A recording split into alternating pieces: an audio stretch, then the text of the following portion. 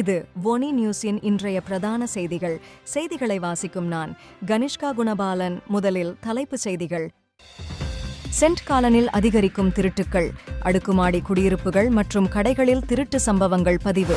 சோலோதுர்னில் போதைப் பொருள் விற்பனை செய்த 2 சிறை தண்டனை, மேலும் 7 சந்தேக நபர்கள் விசாரணையில். சூக் நகரில் பெண் மீது பாலியல் வல்லுறவு நடத்தப்பட்ட சம்பவம், குற்றம் சாட்டப்பட்ட நபர் சடலமாக மீட்பு. ஜெனீவாவில் பார்சல் குண்டு வெடிப்பு சம்பவம், பொதுமக்களுக்கு எச்சரிக்கை, சந்தேகமான பொருட்களை கண்டால் போலீசாருக்கு தகவல் அளிக்க வேண்டும் என அறிவுறுத்தல். கிரவுண்டன் கண்டோனில் ஏற்பட்ட கார் விபத்து, குழந்தை உட்பட 3 மருத்துவமனையில் அனுமதி. தொடர்வன விரிவான செய்திகள்.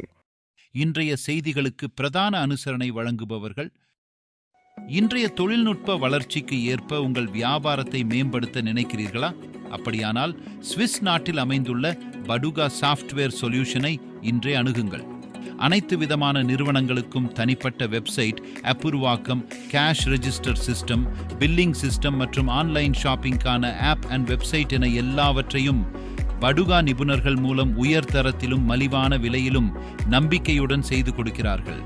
உங்கள் பிசினஸை சமகால தொழில்நுட்ப முறைக்கு மாற்ற வேண்டுமாயின் சுவிஸில் இது போன்ற பல்வேறு வாடிக்கையாளர்களுக்கு தொழில்நுட்ப அடிப்படையிலான வெற்றிகரமான திட்டங்களை நிறைவேற்றி வியாபார வளர்ச்சியை உருவாக்கி வரும் பாடுகா சாஃப்ட்வேர் சொல்யூஷனை இன்றைய திரையில் உள்ள நம்பர் மூலம் தொடர்பு கொள்ளுங்கள். சென்ட் காலன் மாகாணத்தில் கடந்த வார இறுதியில் அடுக்குமாடி குடியிருப்புகள் மற்றும் கடைகளில் பல திருட்டுச் சம்பவங்கள் நிகழ்ந்துள்ளன. ஓப்பர்பியூரன், ரெயின்டால் மற்றும் வாட்வில் ஆகிய இடங்களில் இந்த திருட்டுகள் நடைபெற்றதாக கண்டோனல் போலீசார் அறிவித்துள்ளனர். ஓப்பர்பூரன் பகுதியில் சனிக்கிழமை மதியம் முதல் மாலை வரை சீஷிவிஸ் பகுதியில் உள்ள அடுக்குமாடி குடியிருப்பில் அடையாளம் தெரியாத குற்றவாளிகள் வலுக்கட்டாயமாக நுழைந்து பணம் மற்றும் நகைகளை திருடிச் சென்றனர். இவ்வாறே பான்ஹோஃப்ஸ்ட்ராச பகுதியில் ஆயு எனும் இடத்திலும் சனிக்கிழமை மாலை 6:45 முதல் 7:30 வரை நகைகள் திருடப்பட்டன என்று முறைப்பாடு பதிவு செய்யப்பட்டுள்ளது. மேலும் வாட்வில் பகுதியில் உள்ள போஸ்ட் ஸ்ட்ராசையில் பேக்கரியில் குற்றவாளிகள் உடல் பலத்தை பயன்படுத்தி நுழைந்து பணப்பதிவேட்டிலிருந்த பல 100 பிராங்குகளை திருடினர். இத்தகைய தொடர் திருட்டுச் சம்பவங்கள் பொதுமக்கள் மத்தியில் அச்சத்தை ஏற்படுத்தியுள்ளன. அத்துடன் திருட்டுச் சம்பவங்களை மேற்கொண்டவர்கள் ஒரே குழுவைச் சேர்ந்தவர்களா என விசாரணை நடைபெற்று வருகிறது. மக்கள் மேலும் விழிப்புடன் இருந்து சந்தேகமான செயல்பாடுகள் குறித்த தகவல் இருந்தால் உடனடியாக போலீசாருக்கு தெரிவிக்குமாறு கேட்டுக்கொள்ளப்பட்டுள்ளனர்.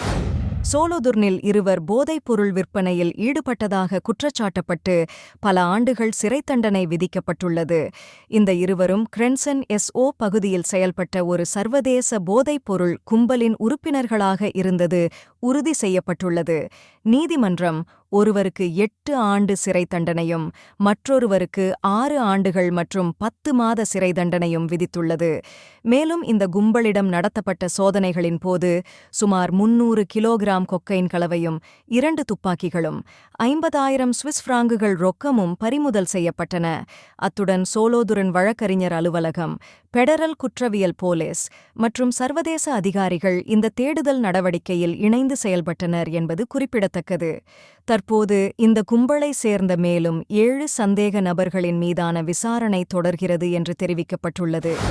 கடந்த சனிக்கிழமை ஜூக் நகரில் ஒரு அதிர்ச்சிகரமான சம்பவம் நிகழ்ந்துள்ளது. 26 வயதான ஆண் ஒருவர் 32 வயதான பெண்ணை ஆல்பன்ஸ்ட்ராச பகுதியில் உள்ள அடுக்குமாடி குடியிருப்பில் பாலியல் வல்லுறவுக்கு உட்படுத்த முயன்றதாக குற்றம் சாட்டப்பட்டுள்ளது. பாலியல் குற்றத்திற்கு ஆளான பெண் அடுக்குமாடி குடியிருப்பில் இருந்து தப்பித்து வந்து போலீசில் புகார் செய்துள்ளார். பின்னர் சம்பவம் நடந்த இடத்தை போலீசார் சோதனை செய்தபோது குற்றவாளி என்று கூறப்படும் நபர் கட்டிடத்தின் உள்வாசலில் சடலமாக கிடப்பதை கண்டறிந்தனர். விசாரணைகளின் மூலம் அந்த நபர் ஜன்னல் வழியாக 15 மீட்டர் ஆழத்தில் விழுந்ததால் உயிரிழந்தது தெரியவந்துள்ளது. தற்போது பாலியல் குற்றம் மற்றும் இந்த திடீர் மரணத்தின் பின்னணி குறித்து ஜூக் காவல்துறை மற்றும் கண்டன் அரசு வழக்கறிஞர் அலுவலகம் தீவிரமாக விசாரணை நடத்தி வருகிறது. ஜெனீவாவின் கிரேஞ்ச் கால்வாய் மாவட்டத்தில் திங்களன்று பார்சல் குண்டு சம்பவம் நடந்ததாக தகவல்கள் வெளியாகியுள்ளன. இந்த சம்பவத்தில் ஒருவர் காயமடைந்துள்ளதாக உள்ளூர் ஊடகங்கள் செய்தி வெளியிட்டுள்ளன. காயமடைந்தவரின் நிலை மற்றும் சம்பவத்தின் பின்னணி குறித்து போலீசார் தொடர்ந்து விசாரணை நடத்தி வருகின்றனர். குறித்த பகுதியில் பெரிய அளவிலான பாதுகாப்பு நடவடிக்கைகள் மேற்கொள்ளப்பட்டதுடன் சம்பவம் குறித்து மேலதிக தகவல்கள் நாளை வழங்கப்படும் என ஜெனீவா போலீஸ் செய்தித் தொடர்பாளர் ஹென்னி மார்டினோனி தெரிவித்தார். இச்சம்பவம் கடந்த ஆண்டு ஆகஸ்டில் செயின்ட் ஜீன் மாவட்டத்தில் நிகழ்ந்த மற்றொரு சம்பவத்தை நினைவூட்டுகிறது. அப்போது குப்பைப் பையை எடுத்தபோது ஏற்பட்ட வெடிப்பில் ஒருவர் காயமடைந்தார். அந்த வழக்கை பெடரல் வழக்கறிஞர் அலுவலகம் விசாரணை நடத்தியது என்பது குறிப்பிடத்தக்கது.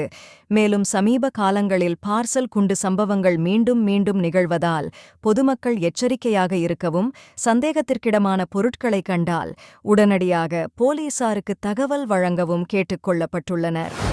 கிராவுண்டன் கண்டோனில் உள்ள யூலியர் ஸ்ட்ராசே அருகே பீவியோ பகுதியில் நடந்த விபத்து ஒன்றில் ஒரு குழந்தை உட்பட 3 பேர் காயமடைந்துள்ளனர். விபத்து மாலை 6:35 மணியளவில் நிகழ்ந்தது. குரோஷியாவைச் சேர்ந்த 40 வயதுடைய சாரதி தனது காரில் பயணம் செய்து கொண்டிருந்தார். அந்த வாகனத்தில் அவருடன் ஒரு பெண்ணும் குழந்தையும் இருந்தனர். அதே நேரத்தில் எதிர் திசையில் வந்த 51 வயதுடைய மற்றொரு சாரதி பனிமூடிய சாலையில் கட்டுப்பாட்டை இழந்ததினால் எதிரே வந்த குரோஷிய சாரதியின் காருடன் நேருக்கு நேர் மோதல் ஏற்பட்டது. இந்த விபத்தில் குரோஷிய சாரதியின் வாகனத்தில் இருந்த பெண்ணும் குழந்தையும் காயமடைந்தனர். அவர்கள் உடனடியாக அருகிலுள்ள மருத்துவமனைக்கு அழைத்துச் செல்லப்பட்டனர். மோதலுக்குப் பிறகு 51 வயதுடைய மற்றொரு சாரதியும் காயமடைந்தார். அவரை மீட்புக் குழுவினர் மருத்துவமனைக்கு ஆம்புலன்ஸில் கொண்டு சென்றனர். இந்த விபத்தினால் யூலியர் ஸ்ட்ராச சாலை மீட்பு மற்றும் சுத்தம் செய்யும் பணிகளுக்காக சாலை ஒரு சில மணி நேரம் மூடப்பட்டிருந்தது. மேலும் இந்த விபத்து சாலைகள் பனியால் மூடியிருந்தமையால் ஏற்பட்டிருக்கும் என காவல்துறையினர் கருதுகின்றனர்.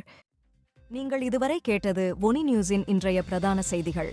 மேலும் இதுபோன்ற செய்திகளை தொடர்ச்சியாக அறிந்து கொள்ள ஒனி நியூஸுடன் இணைத்திருங்கள்.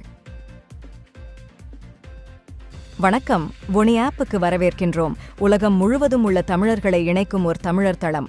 உங்களுக்கு அருகில் நடைபெறும் கலாச்சார நிகழ்வுகளை காணவும், உலகெங்கிலும் உள்ள தமிழ் மக்களுடன் உங்கள் நெட்வொர்க்கை விரிவாக்கவும், தமிழ் கலாச்சாரத்தின் பரந்த மரபுகளை அறிந்து கொள்வதுடன் செய்திகள், அருகிலுள்ள வியாபார நிலையங்கள், நாணய மாற்று வீதங்கள் மற்றும் உலகம் முழுவதும் உள்ள தமிழர்களை ஒன்றிணைக்கும் வகையில் பல்வேறு அம்சங்கள் உள்ளன. இது நமது அற்புதமான வரலாற்றையும் கலாச்சாரத்தையும் கொண்டாட ஒரு இனிமையான இடமாக இருக்கும். இப்போதே ஒனி ஆப்பை பிளே ஸ்டோர் அல்லது அப் ஸ்டோரில் டவுன்லோட் செய்யுங்கள்.